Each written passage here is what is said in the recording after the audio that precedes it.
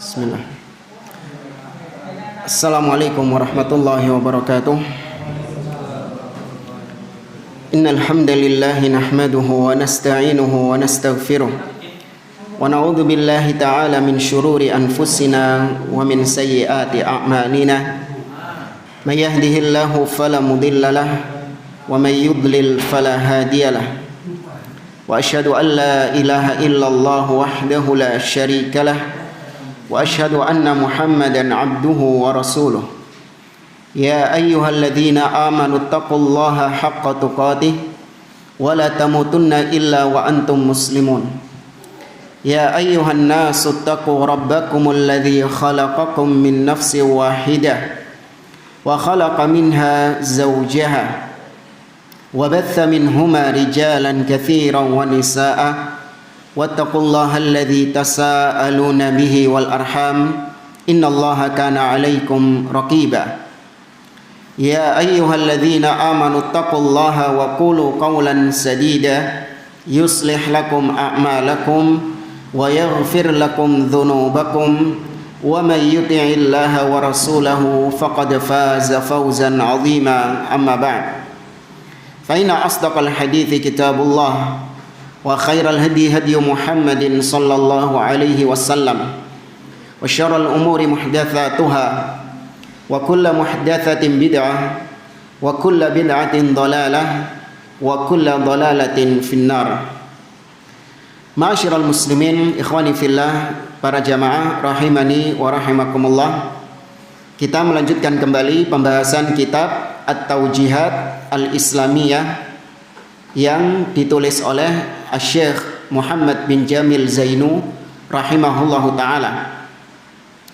Pada pertemuan malam hari ini kita memasuki bab tentang la tahtajja bil qadar, yaitu tentang tidak bolehnya kita beralasan dengan takdir dalam perkara maksiat. Ya, tidak boleh kita beralasan dengan takdir dalam kemaksiatan. Yang boleh itu kita beralasan dengan takdir dalam musibah. Maksudnya beralasan dengan takdir adalah menyalahkan takdir. Seperti misalnya seorang ketika dia berzina, mencuri, atau minum khamr, atau dia berbuat syirik, kemudian tatkala ditegur, tatkala dinasehati dan dinyatakan bahwa kau itu salah dan keliru karena telah bermaksiat kepada Allah, dia ngeles. Dia mengatakan, oh, jangan salahkan saya. Saya ini berbuat seperti ini, itu memang karena takdirnya. Iya, itu karena memang takdir. Maka jangan menyalahkan saya. Tapi kau harus beriman kepada takdir Allah, yaitu tidak menyalahkan perbuatan maksiat ini. Ini pembahasan ini sebenarnya sudah kita bahas Jumat kemarin. Di mana? Di rumahnya Pak Hasan.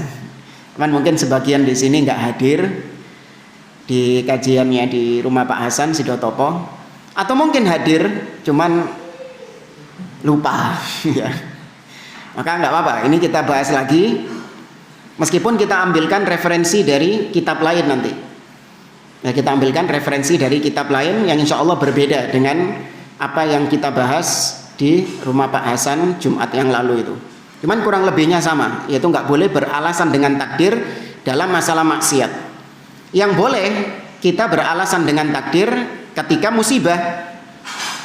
Ya, kalau dalam masalah musibah kita boleh menyalahkan takdir. Seperti misalnya kita sakit, itu musibah. Kemudian ketika kita disalahkan sama orang, wah kon seatik loro, gara-gara kon iki loro, coba kon waras, coba kon kamu sehat, nggak bakalan seperti ini. Maka boleh orang itu mengatakan, ya, saya sakit ini bukan keinginan saya. Saya sakit ini karena memang takdir Allah subhanahu wa ta'ala. Maka nggak boleh kau menyalahkan aku, karena sesungguhnya saya sakit ini karena takdir Allah subhanahu wa ta'ala. Ya, dan semua musibah-musibah yang ada itu boleh. Kita baca di sini kata penulis, yajibu ala kulli muslimin al-i'tiqadu bi annal khaira wasyarra bi takdirillahi wa ilmihi wa iradatihi.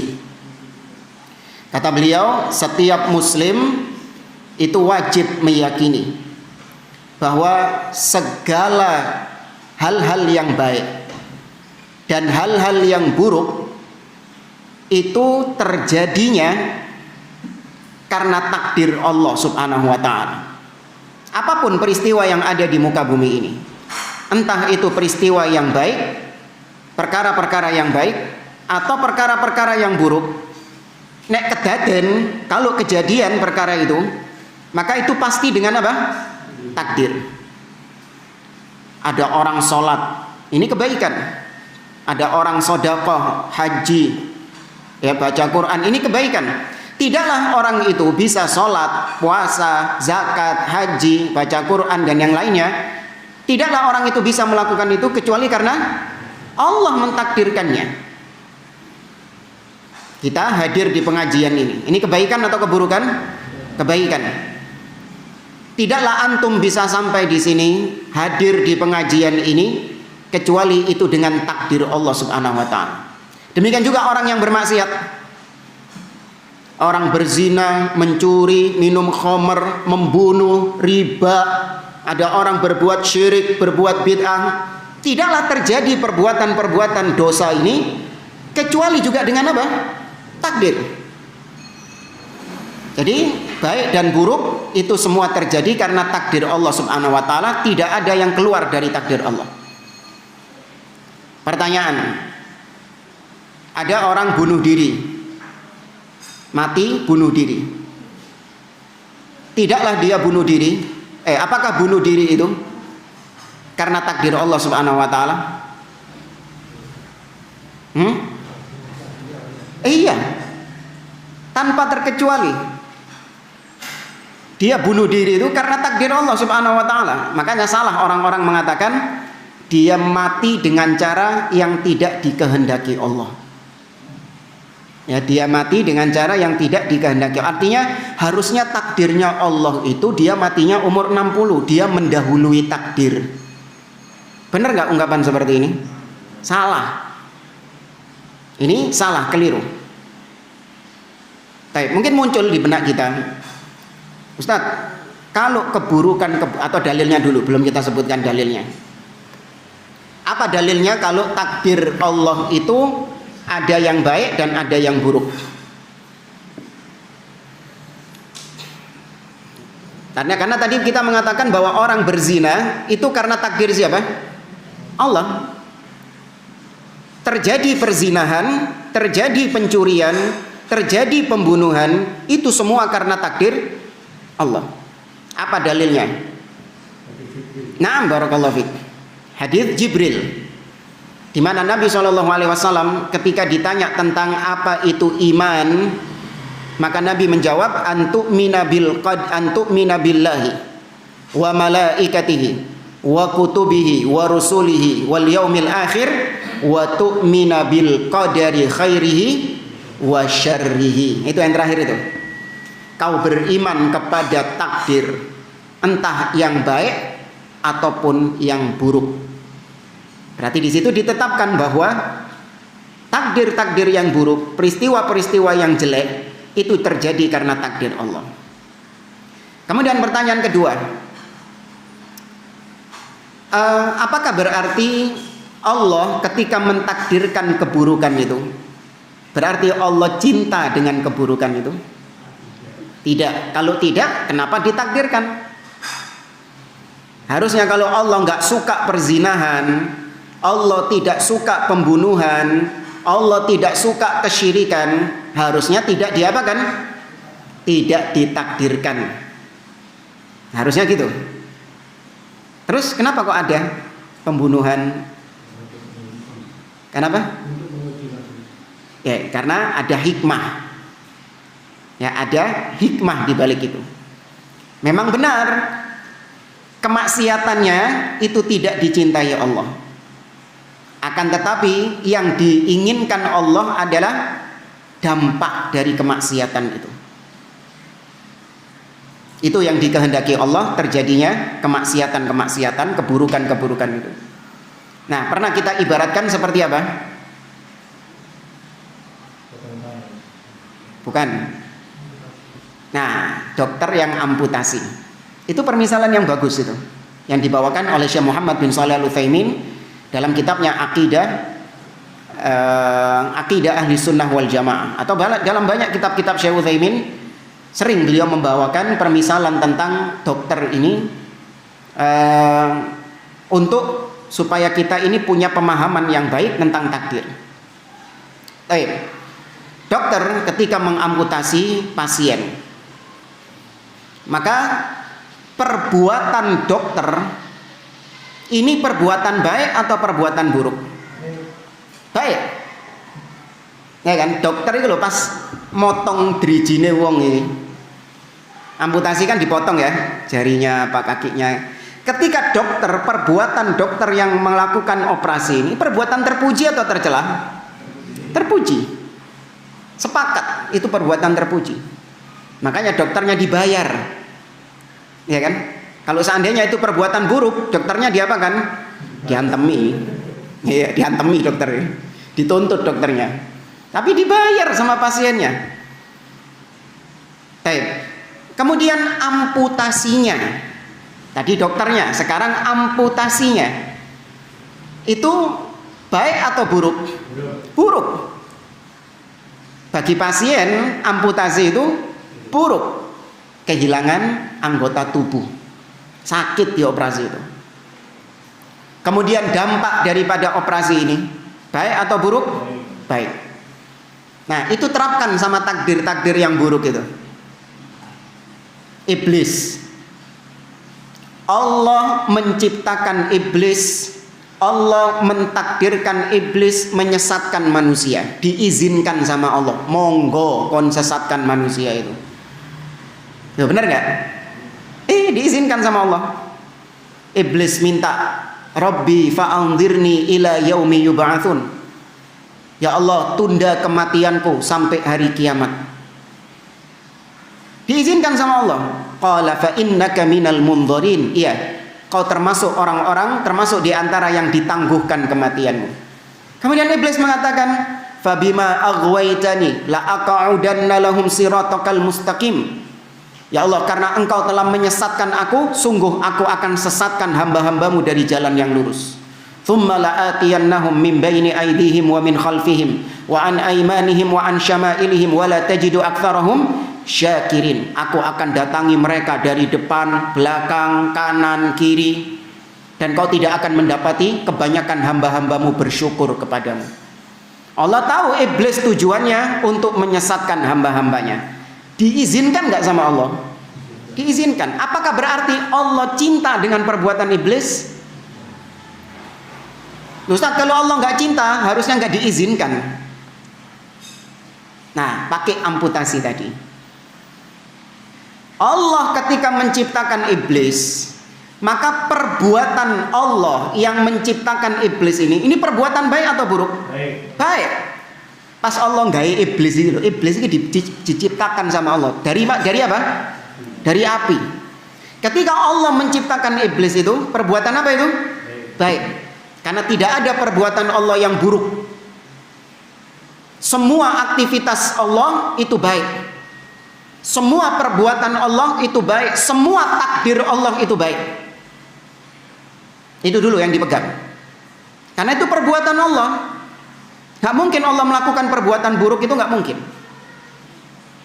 Nah, baru kemudian iblisnya, secara dia iblis, secara zatnya iblisnya itu baik atau buruk?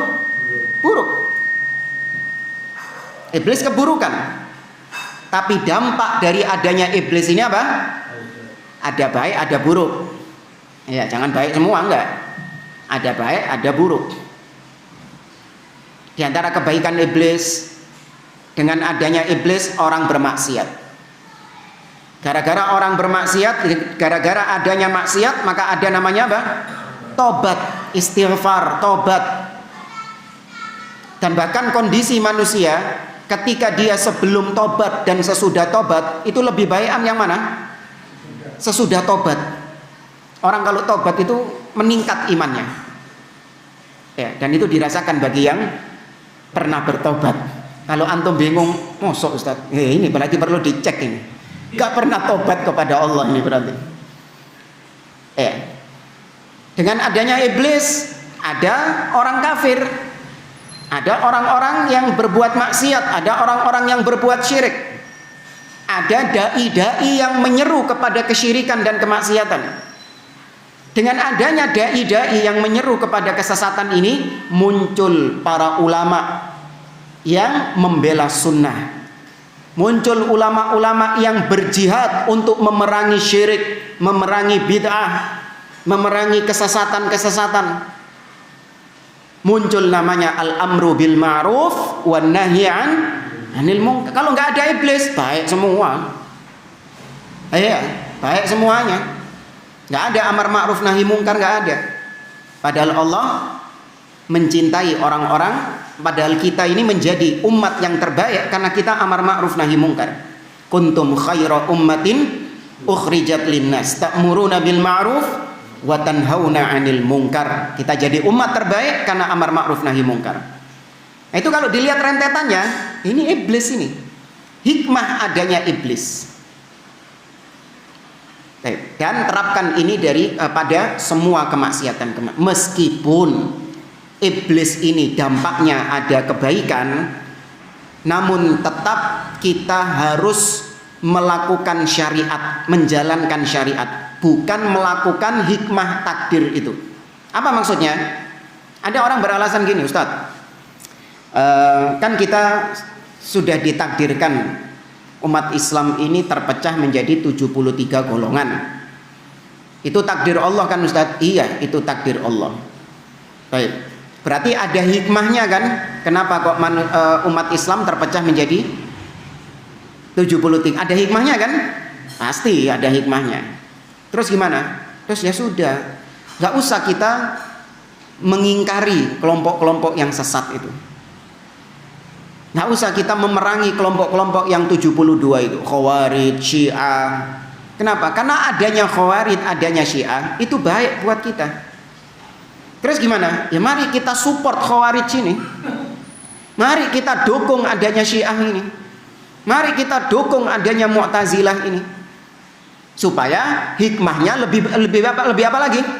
Lebih besar lagi. Boleh nggak kayak gitu? Nggak boleh. Itu namanya bersandar dengan takdir.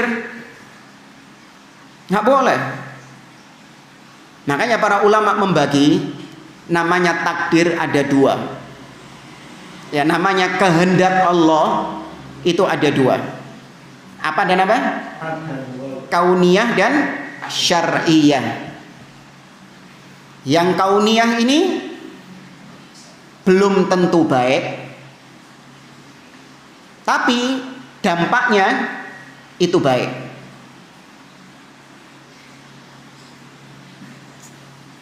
Juga takdir kauniyah ini pasti terjadi,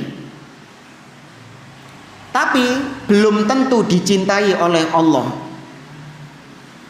Secara zatnya belum tentu dicintai sama Allah. Yang dicintai sama Allah adalah dampaknya. Sedangkan yang syar'i, kehendak Allah yang syar'i itu belum tentu terjadi, tapi pasti dicintai oleh Allah Subhanahu wa ta'ala.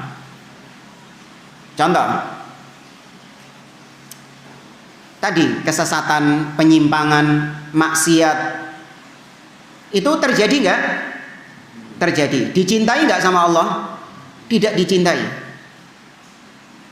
Yang dicintai apanya? Dampaknya, hikmahnya, dicintai sama Allah Azza wa Jalla. Pasti terjadi itu. Ya, pasti terjadi. Namun kalau terjadi belum tentu dicintai sama Allah secara zatnya. Tapi yang syar'i, kehendak Allah yang syar'i, Allah menginginkan, menghendaki hamba-hambanya itu beriman. Allah menghendaki hamba-hambanya itu sholat, ya, rajin ibadah. Nah, pasti terjadi nggak? Belum tentu. Ada hamba-hamba Allah yang maksiat, Ada hamba-hamba Allah yang kafir, tidak mau beriman, padahal Allah pengennya mereka apa? Beriman. Belum tentu terjadi.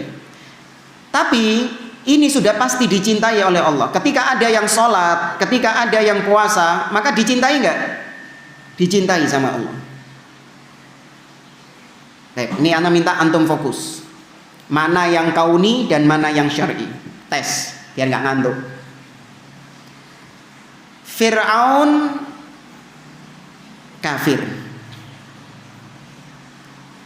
Ini kehendak apa? Kauni atau syar'i? Kauni.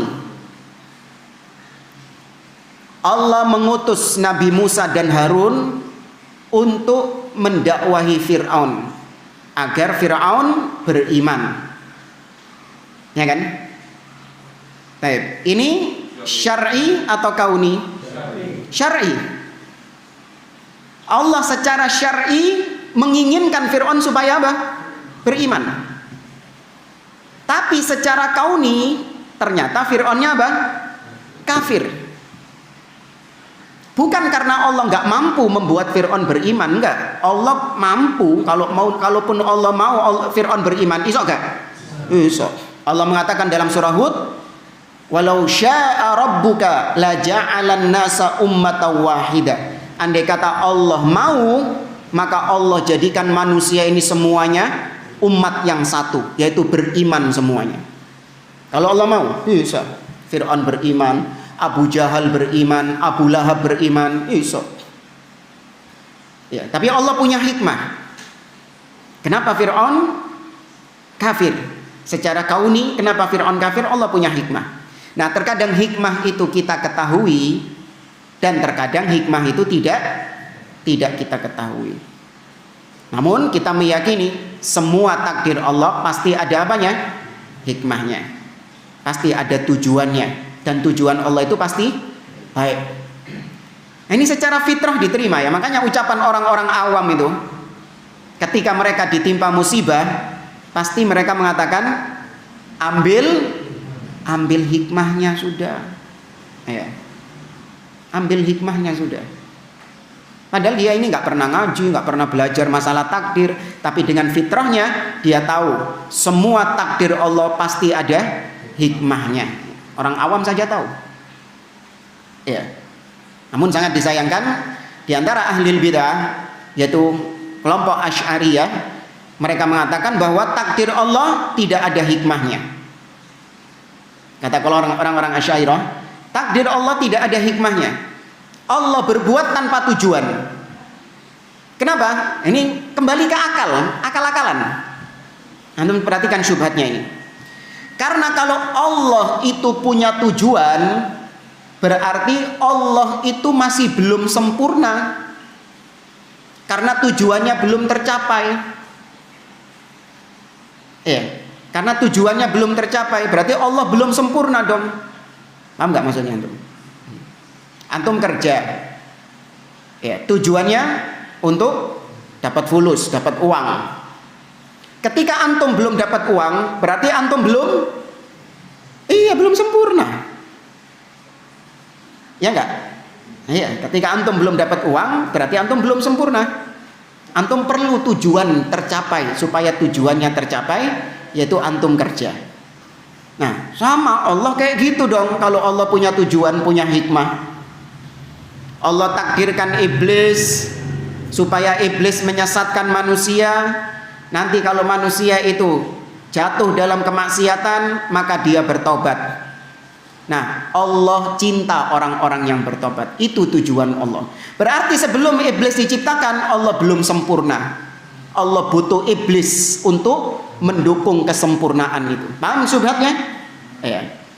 Ini kembalinya kemana? Ke akal. Maka bantahannya kita bantah secara akal juga, secara logika.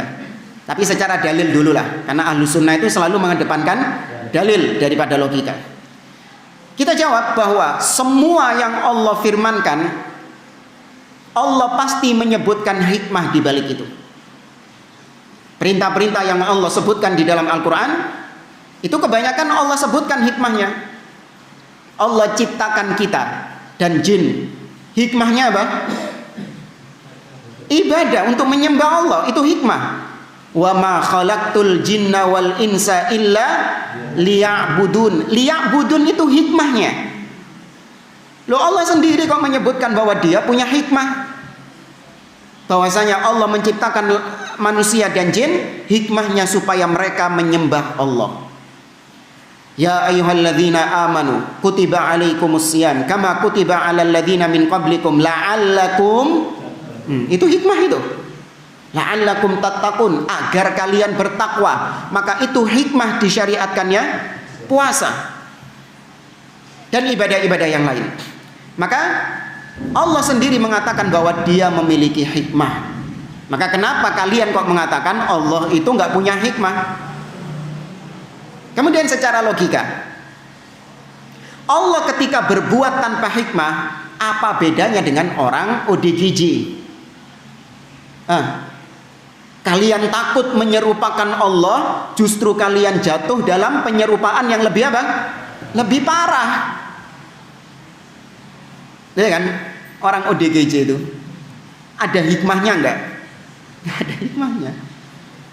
Iya, mereka melakukan ini ada tujuannya? Enggak ada tujuannya. Ini secara logika saja terbantahkan.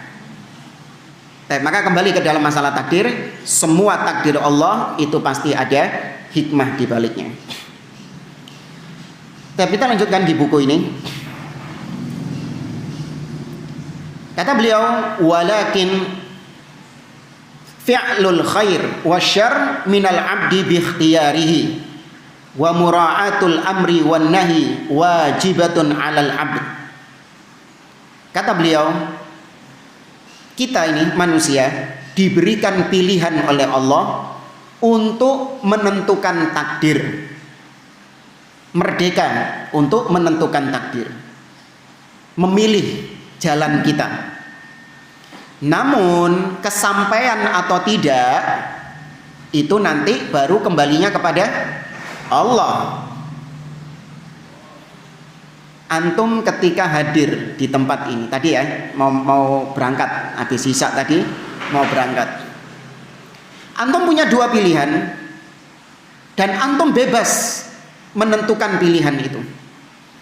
Antara antum tetap di rumah atau antum berangkat ke sini. Antum punya pilihan itu enggak? Punya pilihan. Tapi nanti kesampaian atau enggak, pilihan antum ini terwujud atau tidak, nah itu baru kembali kepada Allah. Maka jangan dianggap, jangan diyakini bahwa antum enggak dikasih pilihan sama Allah. Enggak.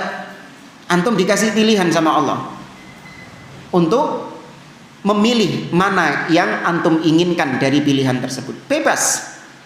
Adzan berkumandang, hayya 'alas shalah, hayya 'alas shalah. Antum diberi pilihan antara melaksanakan sholat atau tidak melaksanakan sholat. Antum diberi pilihan. Nanti terwujud atau tidak, beneran antum sholat atau tidak, kejadian antum sholat atau tidak, ini kembali kepada Allah. Karena antum sudah niat sholat, ternyata sampai tengah jalan banyak kempes. Iya, hanya nggak jadi sholat berjamaah, balik pulang ke rumah, sholat di rumah misalnya. Padahal antum sudah ingin sholat berjamaah, cuman karena Allah tidak mengizinkannya, tidak mentakdirkannya. Ya, maka sekali lagi manusia itu diberi pilihan. Dalilnya apa? Allah berfirman dalam surah At-Takwir, "Wa ma tasya'una illa ayyasha Allahu rabbul alamin." Tidaklah manusia itu berkehendak kecuali apabila Allah menghendakinya. Berarti Allah tetapkan manusia punya kehendak, Allah juga punya kehendak. Namun kehendak manusia kedaden atau tidak itu tergantung kehendak Allah. Ya. Maka di sini kata beliau, dalam menjalankan perbuatannya, maka manusia itu diberi pilihan. Ya, manusia diberi pilihan. Maka dari sini kata beliau, wajib bagi seorang hamba untuk dia memperhatikan antara perintah dan larangan Allah Subhanahu wa taala itu. Ketika kita diberi pilihan Allah untuk menentukan takdir kita, Maka yang wajib bagi kita adalah ngelihat, saya ini memilih sesuatu yang halal atau sesuatu yang haram. Saya ini memilih sesuatu yang mendatangkan ridho Allah atau saya justru memilih sesuatu yang mendatangkan murka Allah Subhanahu wa taala. Makanya di antara bantahan kepada orang-orang yang suka beralasan dengan takdir dalam masalah maksiat, itu bantahannya kayak tadi. Ada orang berzina, kemudian kita katakan bahwa perbuatanmu itu salah. Iya, bertobatlah kepada Allah karena kau telah berbuat dosa berzina itu. Maka dia mengatakan, waduh, ya gimana ya? Saya ini zina karena takdir Allah Subhanahu wa taala. Ya, saya berzina ini karena takdir Allah. Maka kita katakan, kenapa kau kok memilih jalan zina? Kan kau bisa nggak berzina kan? Ya nggak? Kan kau bisa nggak berzina? Tadi ketika kau diajak berzina sama cewek itu, kau menolak, nggak? Bisa nggak? Bisa. Lah apa kon moro kono iku? Kenapa kau mengiyakan ajakan zina itu? Iya, jangan bilang kau dipaksa.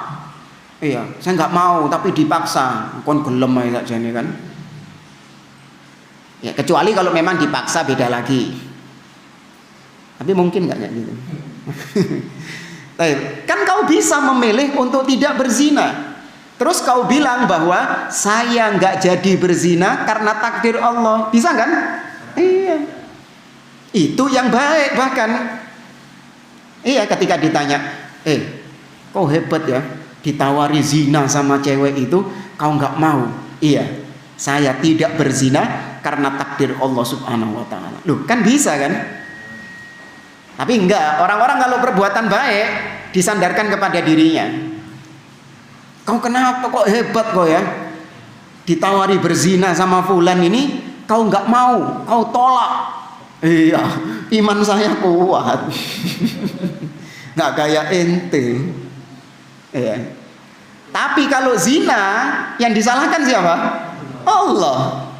Kau kenapa kok berzina? Iya, Allah mentakdirkan saya. Ini kurang ajar nih orang ini. Kita lanjutkan kata beliau, fala yajuzu lahu an ya'sillaha wa yaqul hakadza qaddarallahu dzalik. Oleh karena itu tidak boleh berbuat maksiat kemudian dia mengatakan, ya sudah ini takdir Allah. Ya, saya berzina, mencuri, minum khamr, ya sudah ini takdir Allah, wis ojo ruwet kon. Ojo dawa kon. Ini takdir Allah, terima sudah. Kenapa kok nggak boleh? Kata beliau, Allahu arsalar rusula wa anzala alaihimul kutub liyubayyinu tariqas sa'adati wasyaqa wa taqarrama 'alal insani bil aqli wat tafkir wa 'arrafahu ad-dhalala war rasyad. Kenapa kok nggak boleh beralasan dengan takdir ketika bermaksiat? Karena Allah sudah mengutus para nabi dan rasul. Allah sudah menurunkan kitab. Tujuannya apa? Untuk menjelaskan kepada manusia mana jalan yang baik dan mana jalan yang buruk.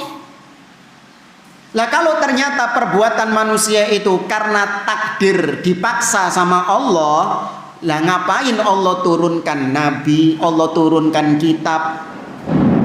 Paham maksudnya jamaah? Jadi kita ini kalau takdirnya dipaksa sama Allah, jadi kita ini takdirnya dipaksa, kini gak iso berbuat apa-apa. Ya kita nggak punya pilihan, kayak kapas yang diterbangkan sama angin itu loh. Punya pilihan nggak dia? Nggak punya. Kalau kita ini memang diremot sama Allah, maka apa fungsinya Allah turunkan kitab?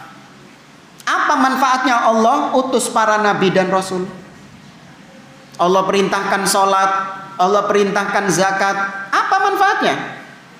Kalau Allah sendiri yang ngeremot manusia itu. Diturunkannya kitab dan diutusnya para nabi dan rasul karena manusia itu punya pilihan. Manusia punya pilihan untuk menentukan arahnya dia. Paham jemaah? Ya. Kemudian juga alasan berikutnya, manusia dimuliakan oleh Allah dengan diberi akal, dengan diberi kecerdasan, sehingga ketika dihadapkan sama baik dan buruk, maka dia bisa mikir nggak mana yang baik dan mana yang buruk? Bisa secara akal. Kalaupun Allah nggak nurunkan kitab, Allah nggak nurunkan wahyu, secara akalnya dia bisa memilih jalan yang baik dan jalan yang buruk. Kalaupun bukan dalam masalah agama. Contoh misalnya,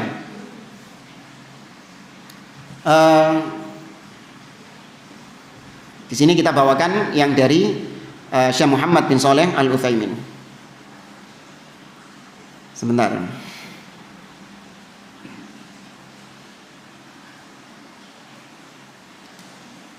Nah, di sini kata Syekh Muhammad bin Shalih Al-Utsaimin, bantahan secara akal bagi orang-orang yang suka berhujjah, beralasan dengan takdir.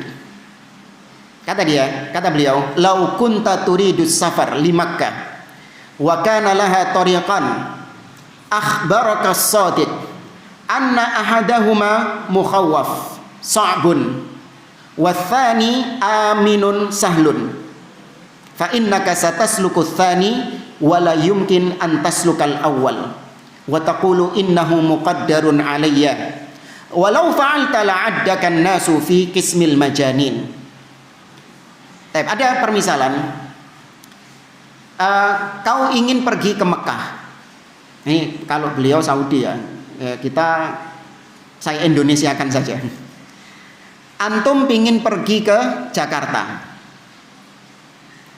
Nah, ada orang yang jujur, orangnya ini jujur, mengabarkan kepada antum sebelum pergi ke Jakarta itu. Baik orangnya jujur, terpercaya, mengabarkan kepada antum bahwa jalan ke Jakarta ada dua jalur kalau kau ingin ke Jakarta, lewat tol atau lewat bawah. Ya.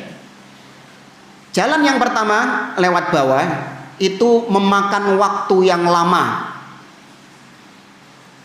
24 jam katanya, wallahu a'lam, lebih. Ya.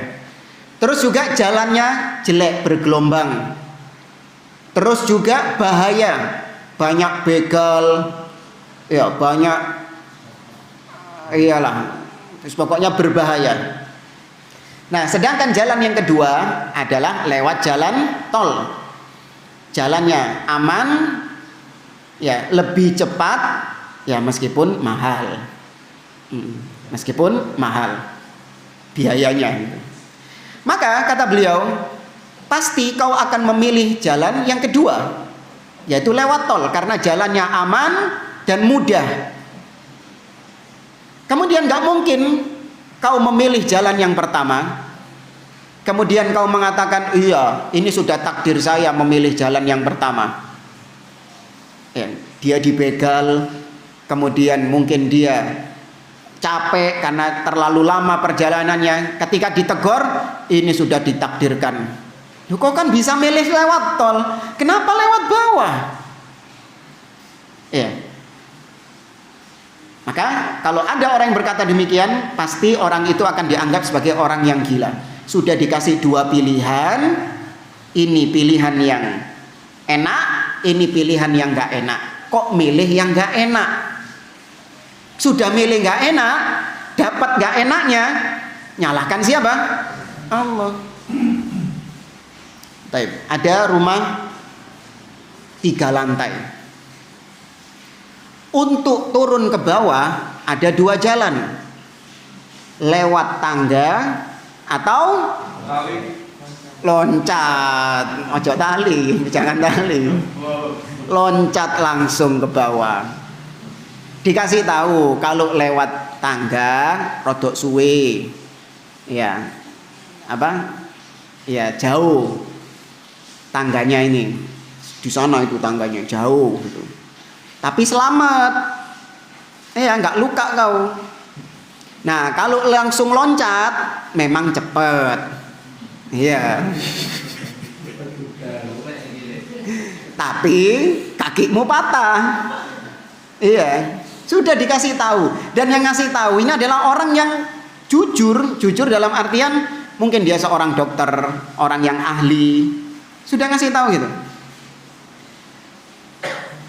Nekat dia lompat. Jebret. Tugel sikile. Terus dinasehati sama tadi, loh, aku lak wis ngomong. Kalau lewat jalan yang ini, kakimu patah. Apa kata dia? Saya lompat tadi karena takdir Allah. Nah, ini kalau sudah gini jangan dibawa ke rumah sakit biasa. Tapi dibawa kemana? Menur. Iya. Kalau jawabnya kayak gitu, jangan dibawa ke rumah sakit biasa. Bawa ke menur ini. Ini soalnya bukan cuman sakit kakinya ini, tapi juga mentalnya, jiwanya juga sakit ini. Ya. Maka kita katakan gitu juga sama orang yang bermaksiat. Mas, Allah sudah ngasih tahu kepada Anda, baik di dalam Al-Quran ataupun lewat Nabi SAW, bahwa ada dua jalan. Wahadainahun najdain. Kami berikan petunjuk kepada manusia kedua jalan. Allah beritahukan jalan yang baik dan Allah wanti-wanti dari jalan keburukan. Allah sudah ngasih tahu. Untuk kalau pengen punya anak, untuk menyalurkan syahwat, bisa dengan jalan yang pertama, yaitu menikah. Ya, bisa dengan jalan yang pertama, menikah, dan ini yang baik. Diridhoi sama Allah. Sedangkan jalan kedua untuk menyalurkan syahwat adalah dengan berzina, dan diperingatkan sama Allah bahwa zina ini dampaknya besar. Wala taqrabuz zina innahu kana fahisyatan wa sa'a sabila. Sudah diperingatkan sama Allah. Allah ini kalau ngasih tahu, jujur atau enggak? Jujur. Ternyata dia milih jalan zina. Ya, setelah milih jalan zina, Allah yang disalahkan. Saya berzina karena takdir Allah. Enggak. Allah sudah ngasih tahu kau bahwa zina ini jalan yang buruk. Kenapa kau lakukan? Loh iya, tapi terjadi loh perzinahan ini. Bukankah kalau terjadi itu karena takdir? Iya. Takdir apa tadi? Syar'i atau kauni? Kauni. Belum tentu dicintai Allah. Tapi dampaknya mungkin dicintai oleh Allah Subhanahu wa taala. Gara-gara kau berzina, ya, ada orang yang dapat ibroh, dapat pelajaran dari zinamu itu. Iya, gara-gara kau berzina, rumah tanggamu berantakan misalnya. Gara-gara berzina kau kena penyakit-penyakit yang menular, naudzubillah. Maka itu jadi ibroh buat orang lain supaya enggak berzina, terjerumus. Baik apa enggak? Baik. Ya. Loh, terus saya gimana dong? Ya kau tobato biar baik. Yang berzina tadi itu loh. Kok yang dapat manfaat orang lain, bukan saya. Maka kita katakan kau baru dapat manfaat kalau kau bertobat kepada Allah. Ya. Tapi jangan dijadikan sebagai media untuk dakwah. Mari tobat dari zina ini. Ya, nggak boleh dijadikan ibrohnya, itu nggak boleh dijadikan media dakwah. Karena itu bukan syar'i, itu kauni. Contoh, yang mari tobat dari zina tadi, biasanya kondisi setelah tobat lebih apa? Lebih baik. Oh, baik beneran ini orangnya ini. Tonggo-tonggo ini, tetangga-tetangganya ini ngelihat perubahan yang signifikan dari fulan ini. Setelah jatuh dalam perzinahan itu berubah total. Biyen-biyen gak tahu sholat, moro-moro rajin sholat. Biyen-biyen gak tahu poso, rajin puasa Senin Kemis. Dulu-dulu gak pernah belajar taklim menuntut ilmu, tahu-tahu sekarang rajin ikut pengajian. Masya Allah. Dulu-dulu gak pernah baca Quran, sekarang jadi hafid Quran. Oh, Masya Allah. Baik, orang-orang pingin seperti dia. Boleh gak hasad dalam masalah ibadah, kebaikan? Boleh. Tanya, apa sih resepnya biar bisa seperti kau gini? Iya. Saya ini pengen rajin sholat tapi susah. Saya pengen rajin puasa tapi susah. Kau tak lihat ini rajin puasa enak gitu. Apa resepnya kok bisa berubah? Padahal biar kau nggak gini. Dulu kau nggak kayak gini kau itu. Cerita dia, saya dulu zina, terus tobat. Nah, ketika tobat itu saya menyesal luar biasa. Makanya ini adalah untuk menebus kesalahan-kesalahan saya dulu. Nah, kalau kau pengen seperti saya, lakukan seperti yang saya lakukan. Boleh? Oh, boleh. Awas. Nah, kalau kalau kehendak yang syar'i, nah baru boleh. Kau kenapa sih kok bisa berubah kayak gini itu? Iya, karena saya rajin minta doa kepada Allah. Saya berdoa kepada Allah agar Allah memberikan saya hidayah. Ya, ini syar'i kan? Kita disuruh minta hidayah, ihdinas siratal mustaqim. Kemudian apa? Saya bergaul dengan orang-orang soleh. Saya bisa berubah seperti ini karena saya bergaul dengan orang-orang soleh dan saya meninggalkan teman-teman yang buruk. Maka kalau kau ingin seperti saya, taat kepada Allah, maka buang teman-teman burukmu itu. Tirulah saya. Saya bergaul dengan orang-orang yang soleh. Boleh nggak? Boleh.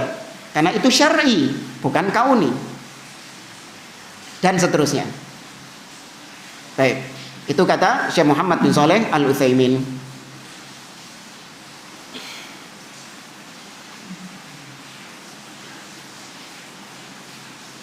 Kemudian permisalan berikutnya. Kata beliau, kalau ditawarkan kepada antum dua pekerjaan, yang satu tidak mendapatkan gaji, justru mendapatkan kerugian, dan yang satu mendapatkan gaji yang besar, maka pasti manusia yang berakal lebih milih yang mana? Yang kedua. Pasti dia akan memilih pekerjaan dengan gaji yang besar itu. Nggak mungkin dia akan memilih yang pertama. Bekerja bukannya malah dapat gaji, malah apa? Rugi. Kalau ada orang yang milih yang pertama, saya milih pekerjaan ini saja. Ketika dia mendapatkan kerugian, kemudian dia mengatakan, oh iya ini gara-gara kau ini. Kau yang bilang pekerjaan ini, menawarkan pekerjaan ini. Bisa diterima nggak? Nggak bisa. Nah, Allah sudah jelaskan jalan ini, jalan yang pertama, apabila kau kerjakan maka kau akan mendapatkan kerugian, yaitu neraka. Dan jalan kedua, apabila kau kerjakan, kau akan mendapatkan keuntungan berupa surga. Kenapa kau milih yang neraka dan gak milih yang surga? Ya, bilang seperti itu sama orang-orang yang suka berhujjah dengan takdir dalam kemaksiatan. Ya, banyak permisalan-permisalan yang beliau bawakan di sini.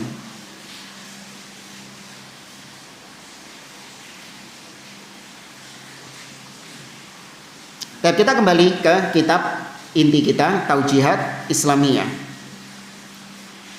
Kata beliau, qala Allah Ta'ala, Allah Subhanahu wa taala berfirman dalam surah Al-Insan ayat yang ketiga. Kata Allah, inna hadainahus sabila imma syakiran wa imma kafura. Kata Allah, sesungguhnya kami sudah menunjukkan kepada manusia jalan. Maksudnya jalan, bisa jalan kebaikan dan jalan keburukan. Sudah kami tunjukkan jalan kebaikan, ikut jalan kebaikan ini. Dan sudah kami tunjukkan jalan keburukan untuk diwanti-wanti, diwaspadai. Benar nggak jamaah? Allah apa cuma nunjukkan yang baik-baik? Allah nggak nunjukkan yang jelek-jelek? Dalam surat Al-Fatihah saja ada ini. Kita mengatakan ihdinas siratal mustaqim. Tunjukkan kepada kami jalan yang lurus. Apa jalan yang lurus itu? Siratal ladzina an'amta alaihim. Jalannya orang-orang yang kau beri nikmat atasnya. Ini kebaikan atau keburukan? Kebaikan. Dan juga keburukannya, ghairil maghdubi alaihim waladhdallin. Bukan jalannya orang-orang yang dimurkai dan bukan pula jalannya orang-orang yang tersesat. Ya, jadi Allah sudah menunjukkan jalan yang baik dan juga ditunjukkan jalan yang buruk. Ya, maka sekali lagi, hidayah Allah itu bukan cuman menunjukkan kebaikan, tapi juga kejelekan juga ditunjukkan sama Allah Subhanahu wa taala. Imma syakiran wa imma kafura. Manusia itu ada yang bersyukur dan ada yang kufur. Baik, kata beliau, fa idza tarakal insanu as-salata aw syaribal khamra istahaqqal uqubata li mukhalafati amrillahi wa nahyihi. Maka karena Allah sudah menunjukkan jalan yang baik dan jalan yang buruk, maka apabila ada seseorang yang meninggalkan sholat atau dia minum khamr, ini contoh saja, ada orang yang meninggalkan kewajiban dan mengerjakan larangan. Karena namanya maksiat itu bisa dua ini. Maksiat itu yang pertama dengan cara dia meninggalkan kewajiban, meninggalkan perintah, atau yang kedua mengerjakan larangan. Ada perintah gak dikerjakan, ada larangan justru dikerjakan, itu maksiat. Jadi jangan dianggap maksiat itu cuman khomer, judi, ya, membunuh, zina. Itu maksiat jenis yang kedua tadi, mengerjakan larangan. Terus meninggalkan dosa, meninggalkan sholat, meninggalkan puasa, apa bukan maksiat? Maksiat juga. Makanya pernah dulu kita menegur seseorang yang tidak berpuasa ketika bulan Ramadan, padahal dia termasuk orang yang diwajibkan puasa. Saya bilang, kau apa nggak rugi di bulan Ramadan ini kau bermaksiat kepada Allah? Saya bilang gitu, apa kau nggak rugi di bulan Ramadan ini kau melakukan maksiat kepada Allah? Ngamuk dia, bukan ngamuk, maksudnya dia protes. Loh, maksiat apa? Saya nggak pernah zina di bulan Ramadan. Saya nggak nyuri. Saya nggak membohongi orang. Saya nggak. Yang disebutkan sama dia cuman apa? Larangan-larangan.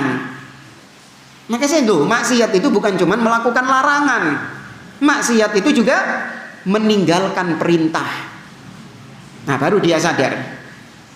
Ya, karena bahasa Indonesia ini namanya maksiat itu identik dengan tadi zina, menjalankan larangan. Padahal maksiat bukan cuma itu. Saya penasaran dengan maksiat di KBBI. Iya. Nah ini maksiat. Maksiat perbuatan yang melanggar perintah Allah. Benar. Perbuatan dosa, tercela, buruk dan sebagainya.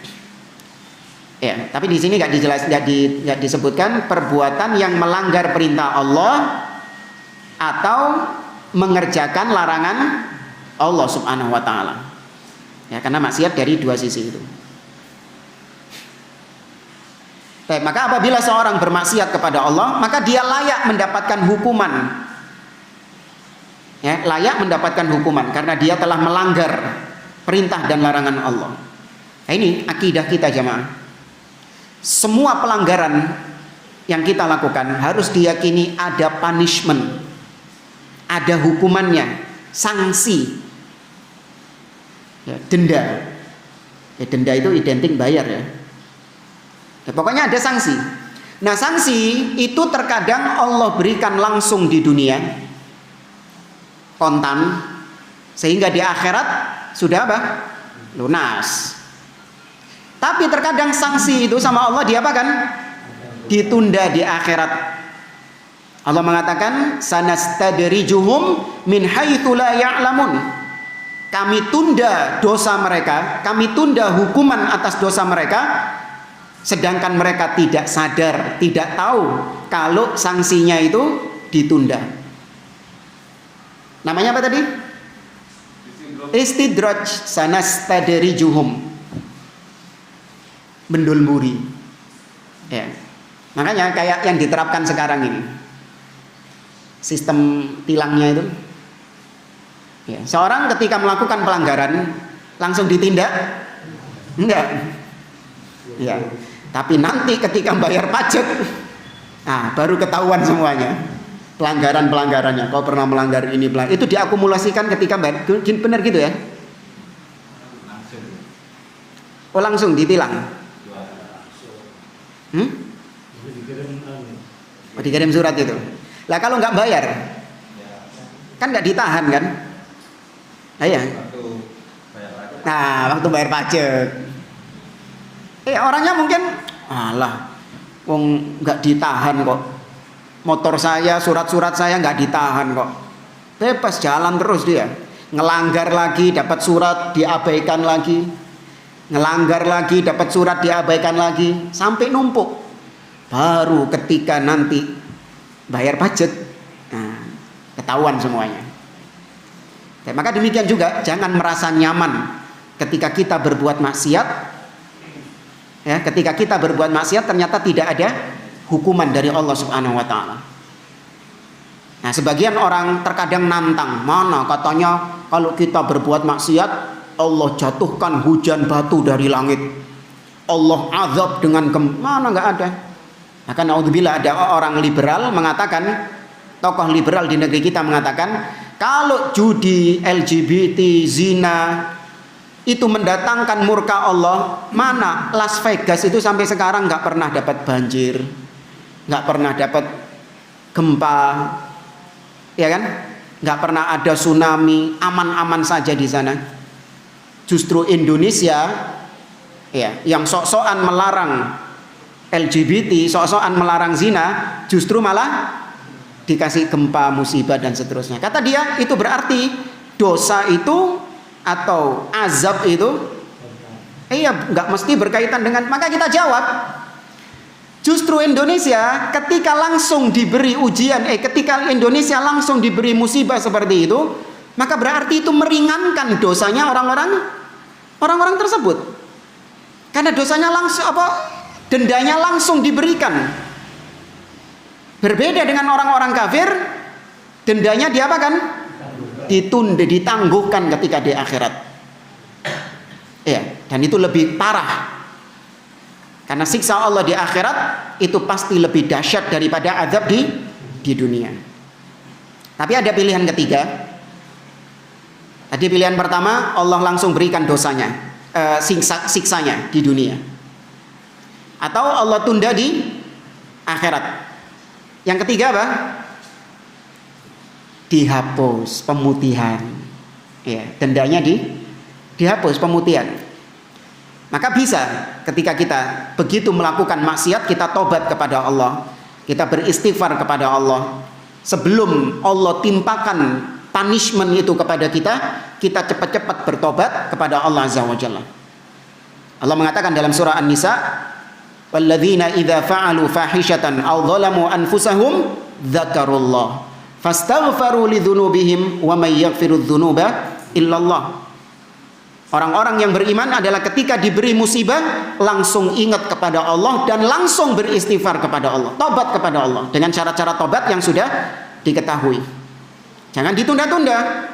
Waduh, kok kok nek wis tuwek baru tobat. Ya, sekarang dipuas-puaskan dulu. Nah, ini khawatirnya Allah timpakan kepada orang tersebut azab. Allah timpakan kepada orang tersebut siksa. Dan kita nggak mau dua-duanya jamaah. Siksa di dunia kita nggak mau, apalagi siksa di mana? Di akhirat. Ya, maka cara yang terbaik adalah ketika kita jatuh dalam maksiat, langsung bertobat kepada Allah sebelum Allah timpakan azab itu kepada kita. Wa indaha yahtaj ila taubah wan nadam wala yahtaj bil qadar, yahtaju bil qadar. Maka ketika seorang jatuh dalam maksiat, yang dibutuhkan sama dia adalah tobat dan menyesal, bukan malah menyalahkan takdir, kata beliau. Langsung tobat dan menyesal, jangan menyalahkan takdir. Wa innama yahtaj bil qadar inda nuzulil musibah. Nah, kita baru boleh menyalahkan takdir, maksudnya beralasan dengan takdir kalau kena musibah. Itu baru boleh. Faya'lam annaha min indillah fayarda. Kita baru ketika dapat musibah kita beralasan dengan takdir. Iya, saya sakit, saya kecelakaan, ya, saya ditimpa kemiskinan, itu semua karena takdir Allah Subhanahu wa taala. Itu boleh. Ya, supaya orang itu tahu bahwa segala usaha-usaha dia Itu yang menentukan siapa? Allah. Ya, ketika sakit misalnya, padahal dia orang yang rajin menjaga kesehatan, rajin jaga kesehatan, dia olahraga teratur, makan itu diatur, istirahat teratur, nggak ngerokok, sudah jaga kesehatan. Akhirnya sakit dia. Ketika sakit dia mengatakan, ini sakit dari Allah. Saya sakit seperti ini karena Allah yang mentakdirkan saya. Boleh nggak? Boleh. Ya, supaya tahu bahwa usaha saya hanya sebatas ikhtiar. Sedangkan hasil tetap kembali kepada siapa? Allah.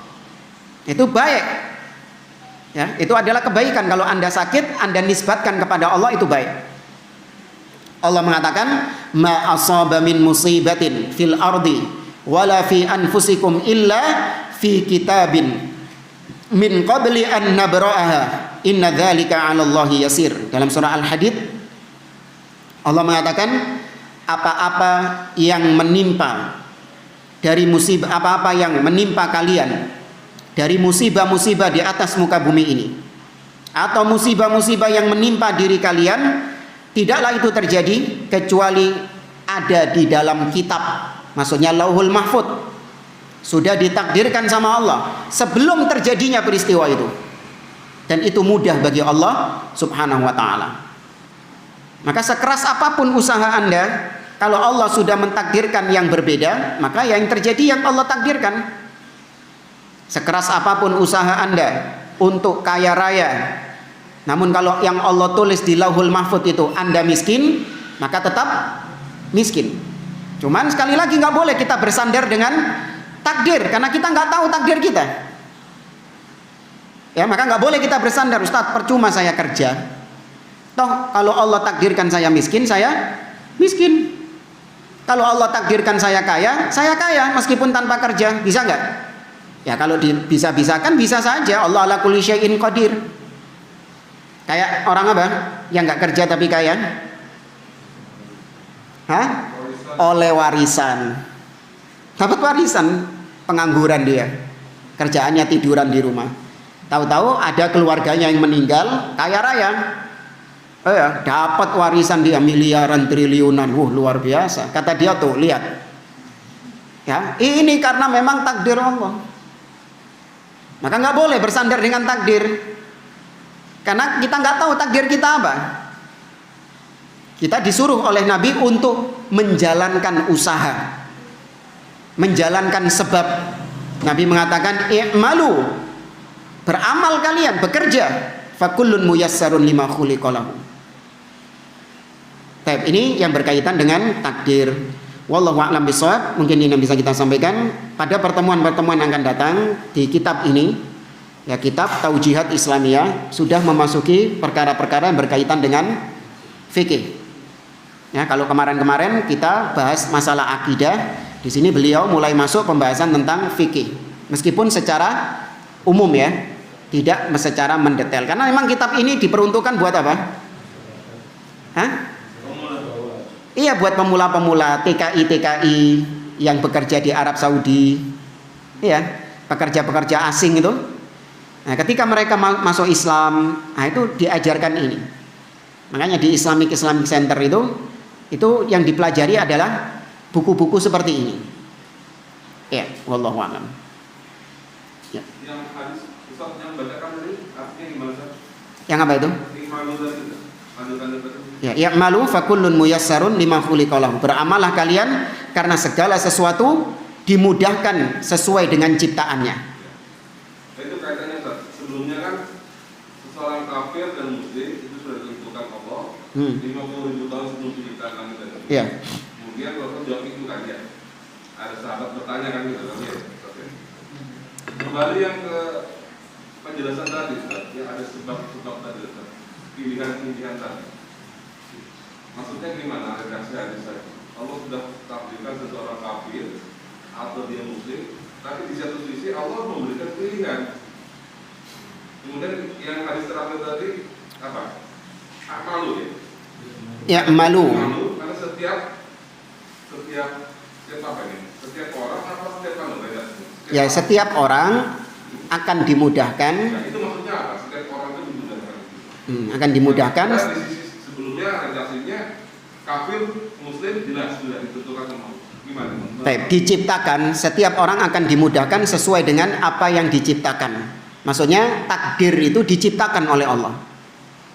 Makanya di antara 4 tingkatan takdir yang pernah kita pelajari apa? Al-ilmu, al-kitabah, al-masyiah, dan al-khalq, ciptaan. Ya, ini dipahami dulu 4 ini, baru kita bisa menjawab pertanyaan tadi.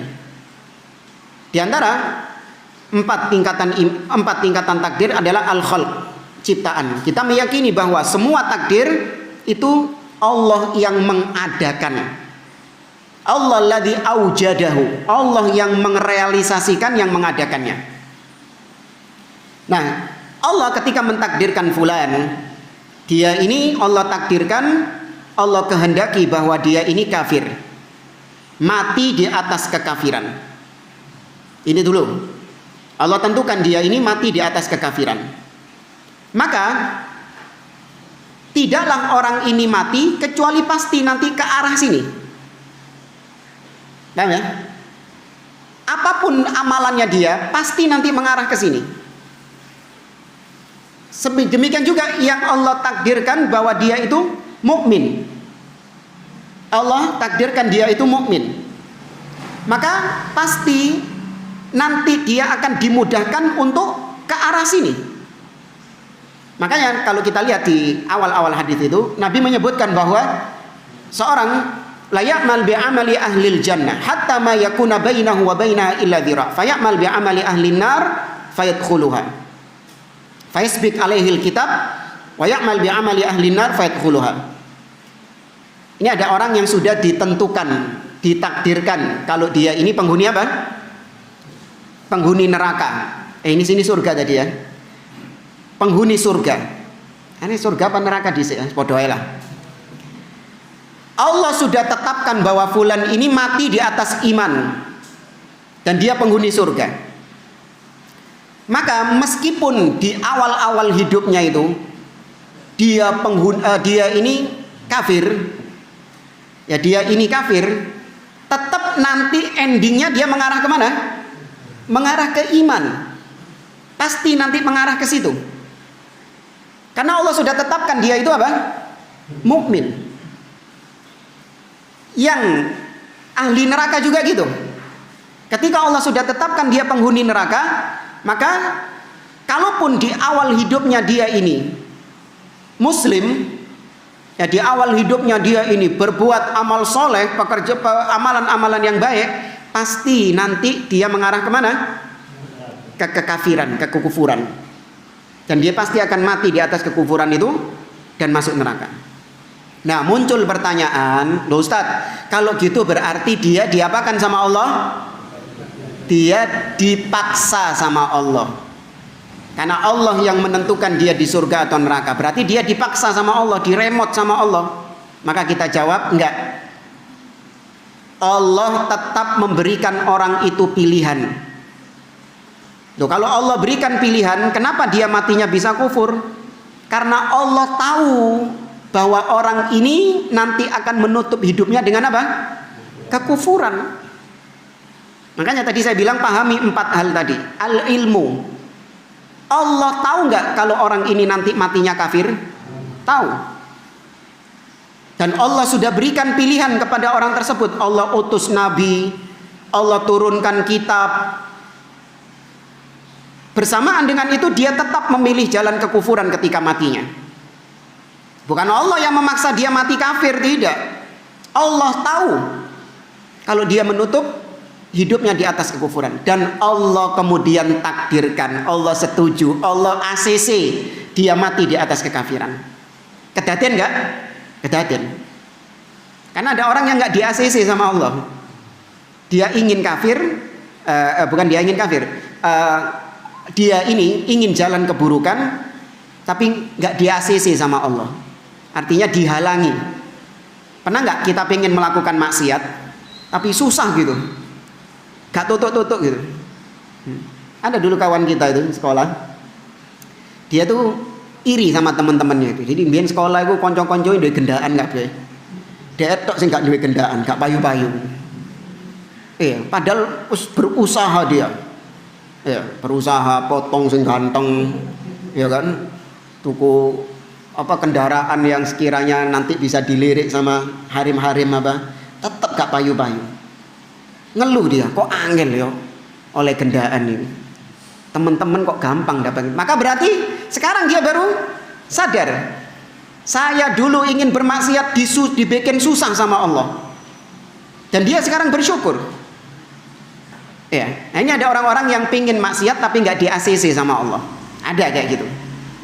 Nah ini ceritanya orangnya di ACC sehingga dia mati di atas kekufuran dan masuk neraka. Loh kenapa kok yang ini di ACC dan yang ini nggak di ACC? Maka kita jawab, dzalika fadlullahi yu'tihi may yasha.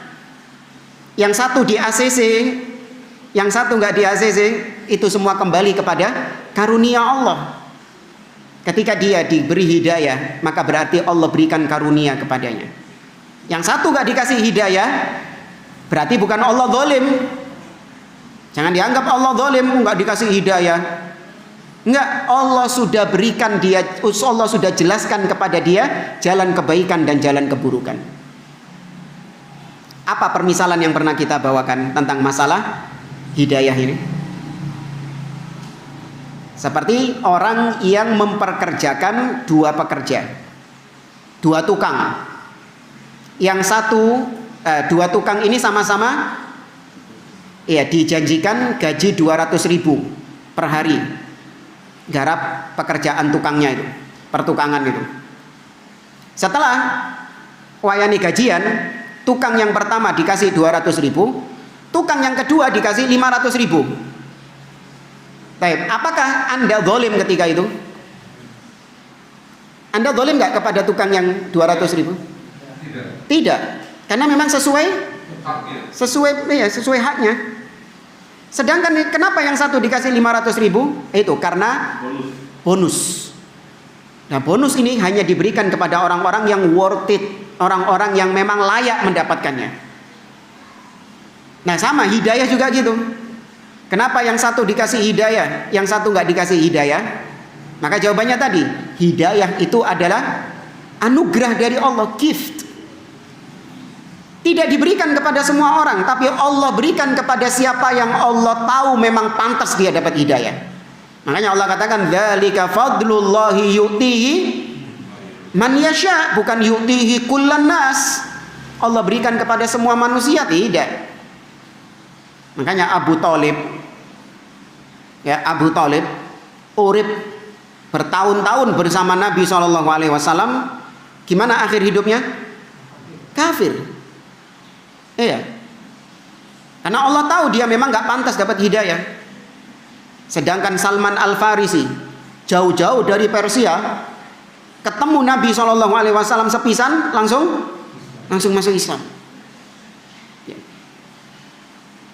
Baik, maka itu jawabannya, wallahu a'lam. Jadi lihat sebabnya manusia juga untuk mendapatkan Allah memberikan karunia. Iya. Makanya takdir itu ada yang requestan dari manusia, ada yang memang murni kehendak Allah, paksaan dari Allah.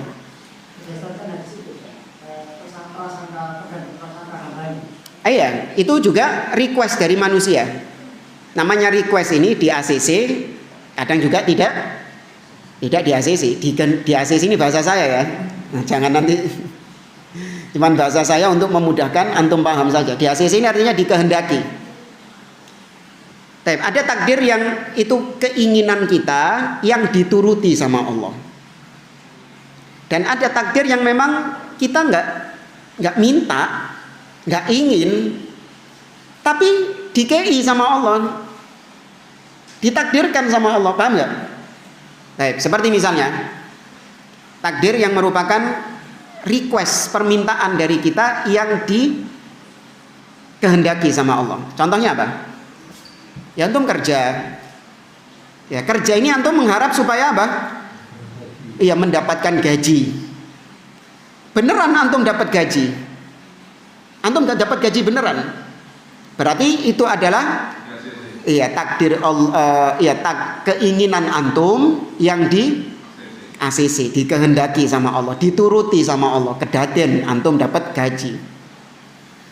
Nah, ada keinginan antum yang nggak di ACC sama Allah. Ketika sudah akhir bulan, kabur bosnya. Untuk kerjanya yang kabur. Iya, kabur bosnya sudah. Berarti selama ini keinginan antum tidak diapakan sama Allah. Orang jaga kesehatan, sudah jaga kesehatan, rajin minum vitamin, olahraga, pola makan dijaga. Antum ingin apa dari Allah dengan perbuatan itu? Sehat kan? Ternyata dikasih sakit, opnam di rumah sakit. Berarti request antum tidak di ACC. Nah, ada yang antum nggak request, nggak minta, tapi Allah kasih. Apa misalnya? Ya tadi kayak cerita tadi, tinggal dibalik aja. Ya kan? Orang yang jaga kesehatan itu pengen apa? Pengen sehat, nggak pengen sakit. Sakit itu bukan keinginan dia, tapi dipaksa dia sama Allah. Ya kan? Dia dipaksa sama Allah, sakit dia. Padahal saya nggak pingin sakit ya Allah. Itu takdir jenis yang kedua, paksaan dari Allah Subhanahu Wa Taala. Nah, yang paksaan ini itu manusia nggak dikasih pilihan, gelem nggak gelem terimon. Tuh ya kan? Kecelakaan. Dikasih pilihan nggak? Nggak dikasih. Musibah nggak dikasih pilihan sama Allah. Siap nggak siap, mau nggak mau, ridho nggak ridho, terima itu. Makanya boleh kita berhujjah dengan takdir dalam masalah-masalah yang kita nggak dikasih pilihan sama Allah. Tapi kita nggak boleh berhujjah dengan takdir dalam masalah yang kita dikasih apa? Pilihan. Masalah maksiat atau nggak maksiat, dikasih pilihan nggak? Dikasih pilihan. Kita bisa request, kita bisa minta supaya kita nggak maksiat. Bisa kok. Kenapa yang maksiat? Paham ya, Mas? Ya, jadi contoh yang tadi dua orang tadi, amalan soleh penduduk neraka, amalan keburukan penduduk neraka jadi penduduk surga. Ini ACC Allah apa karena paksaan Allah? Ya Pak, yang terakhir tadi. Yang ACC Allah. ACC Allah. Berarti kalau ACC Allah berarti itu kan ada. Itu bisa pilihan. Itu kan perkara pilihan. Berarti memang itu adalah keinginan dia yang di ACC sama Allah. Enggak. Berarti kan orang itu dolim namanya. Kalau Allah memaksa orang tersebut berbuat kekufuran, sampai gara-gara paksaan Allah ini berbuat kekufuran orang ini, kemudian masuk neraka, kemudian di neraka dia diadab sama Allah, orang ini protes sama Allah. Bisa berhujjah. Iya, berhujjah dia. Ya Allah, aku masuk neraka ini karena kau paksa aku berbuat maksiat. Sekarang kau siksa aku. Harusnya gitu. Tapi ternyata tidak. Allah tidak memaksa dia. Dia masuk neraka dengan pilihannya sendiri. Jadi ada amalannya dia menurut di akhir-akhir menuju kepada kejelekan, dia ACC sama Allah. Iya, di ACC sama Allah. Nerakanya dia karena kebahagiaan dia sendiri. Iya. Yang dikehendaki sama Allah. Itu requestnya dia itu. Di ACC sama Allah. Iya, itu requestnya dia. Dengan dia berbuat maksiat, seakan-akan dia mengatakan, ya Allah masukkan aku ke neraka. Sahih? Iya kan? Meskipun nggak mengucapkan dia. Ketika dia berbuat maksiat, sadar nggak kalau dia itu semakin dekat ke neraka? Sadar. Maka dia itu minta kepada Allah dengan perbuatan. Ya Allah masukkan aku ke neraka. Meskipun nggak mengucapkan dengan lisan. Nah, kalau Allah tidak meng-ACC, tidak menghendaki, tadi dibikin soro deh. Tapi ini di ACC sama Allah. Di ACC, maksudnya dikehendaki sama Allah.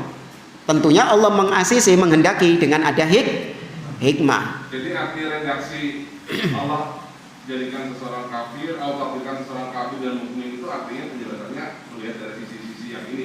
Ya. Iya, bukan paksaan. Bukan maksudnya paksaan mutlak kan gitu. Enggak. Ada yang dipaksa sama Allah dengan cara yang disulitkan. Musibah. Disulitkan cara apa? Jalan Oh iya.